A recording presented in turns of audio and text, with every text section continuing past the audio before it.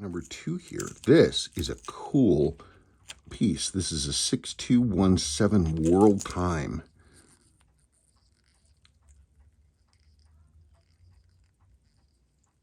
It's a cool watch. Like that other watch of yours, the lume on your hands, like this hand especially, that's real black. I don't think I can bring that back. Yeah, no, it's not going to work. That one's simply it's too darkened. I'm going to have to relume those. I mean, I'll try it, but no, that black one, I'm not going to be able to bring that back. The crystal's cracked, but you knew that, which is too bad because the crystal's actually not in bad condition. Oh, you got a couple places where it's smashed. This bracelet's really interesting. This is, it's the same link profile from the side as the fishbone for the 6139 helmets.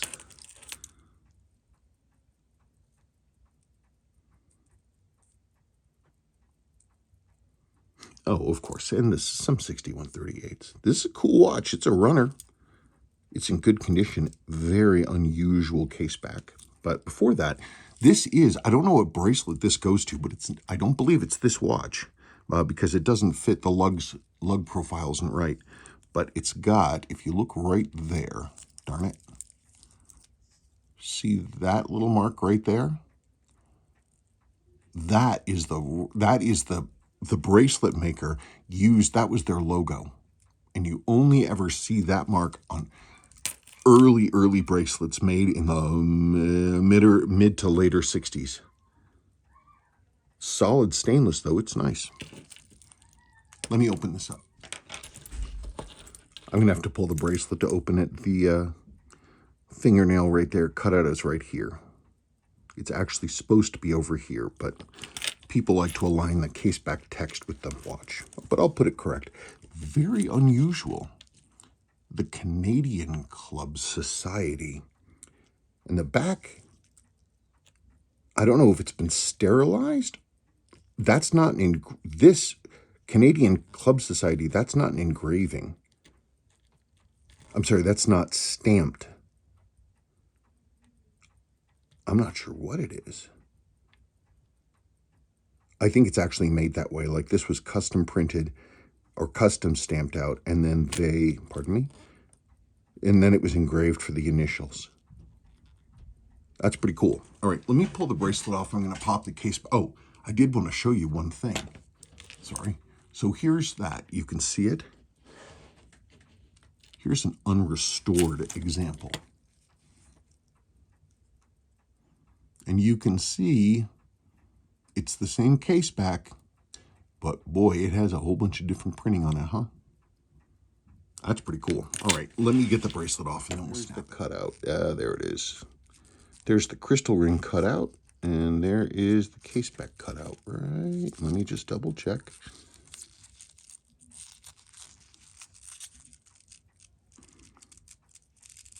Yeah, it should be over here. No, it should be over there.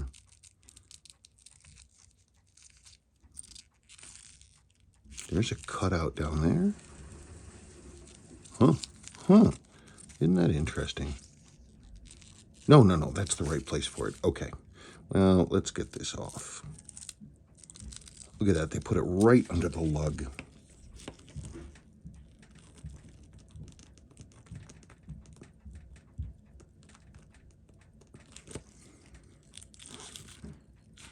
It wants to come.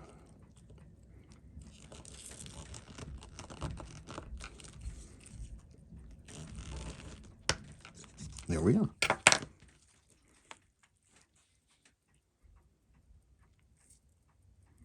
Got a little bit of spotty corrosion back here. Don't you fall.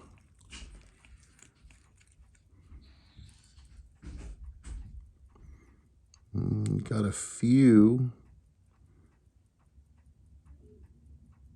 Another big surfacing mark in there. That might be a date. I'm not sure. This pitting, that's a little bit of corrosion. I'm going to need to go in there and neutralize that. You can see it's all the way in the rim. See that black stuff? So I'm going to have to go in there and I'm going to have to remove all that stuff by hand. Basically, it's like I use dental tools to get in there, and then it's a bunch of chemical baths to treat that. It is really interesting. There's no serial number. They must have ground the back flat. They must have ground the back flat or something. I wish I knew who did it. If I had to guess, I bet it's a Seiko custom order, but there's no serial number. Isn't that weird? No serial number.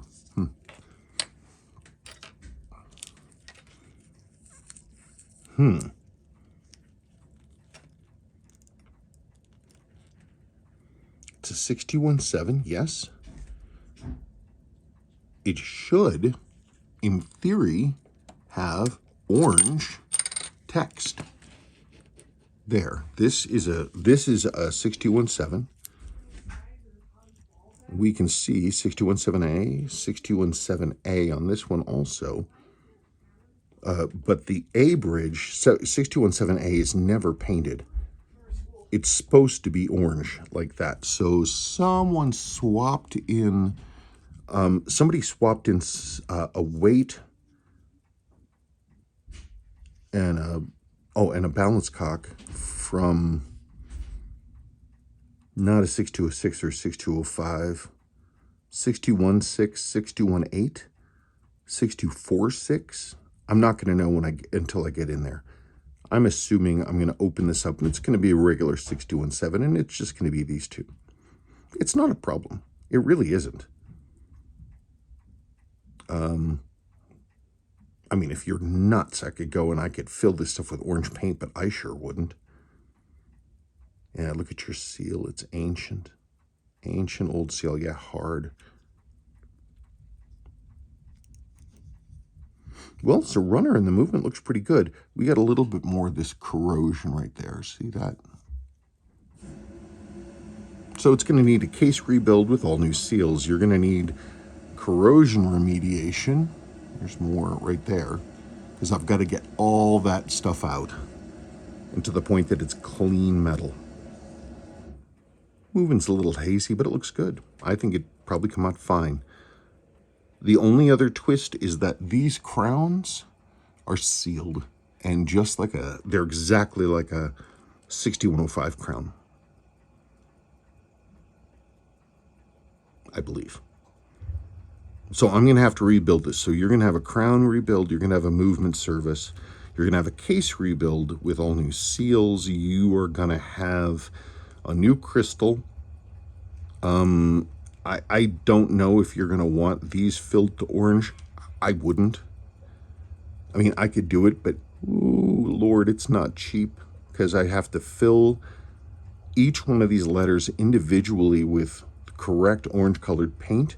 And then when that cured, I need to go over it to basically, if there's any overage, and there will be overage, there's no way to do that cleanly where you don't get stuff over the top. I'll have to clean off any excess. I can do it. It's just a matter of whether you think that's important. I want to look at that balance.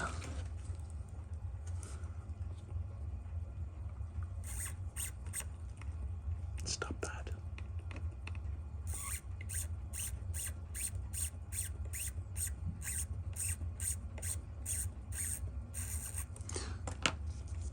Bridle sliding pretty easy. I thought I saw some wiggle in the balance.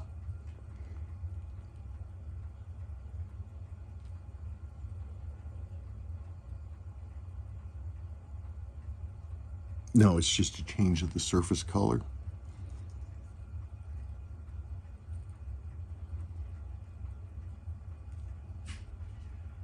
No, I'd say it's a pretty good looking watch. All told, I think it's pretty decent. So I think this is a really unusual example. I really want to know what's up with this case back. But you're going to need move-in service, crown rebuild, case rebuild with corrosion remediation. You're going to need loom cleaning and or replacement on the hands. replacement loom on the hands. Obviously new crystal. I don't know, but it's pretty good otherwise. That's a nice watch. Yeah, I think that's going to be pretty straightforward. As always, if there is extra stuff that's needed, parts or whatever, that will be extra, and I'll put that on the final invoice. If there's something really gnarly, something bad, something expensive, I will partner with you first on these. Okay, that's it. Thank you very much. One thing I want to check functioning. Hands and day-date turnover. These do not have hacking.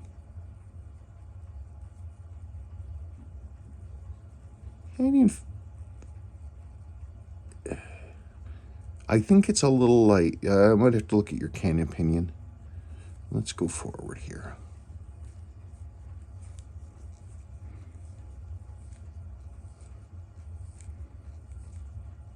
Yeah, it starts to kick over. 5 minutes before. Yeah, I don't really think there's going to be too much that's funky. All right.